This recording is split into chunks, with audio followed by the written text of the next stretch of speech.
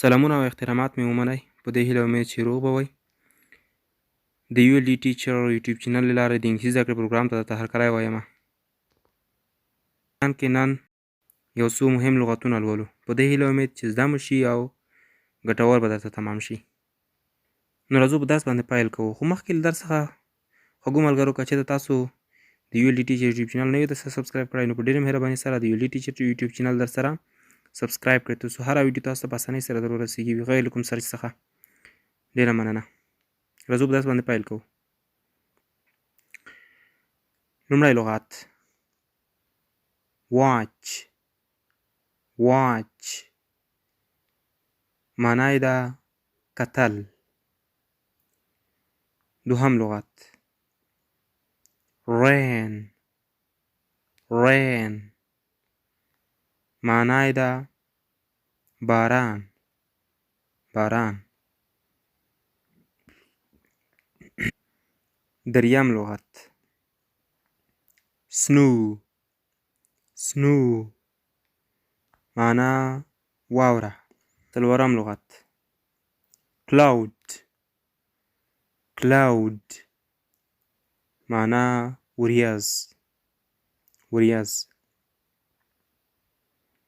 پنځم لغت mountain. معنی غار. شپږم لغت sun. معنی لمر. اووم لغت moon. معنی سپوږمۍ. نهم لغت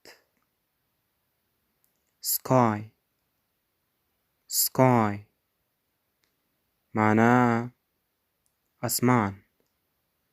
اسمان ته sky وایي.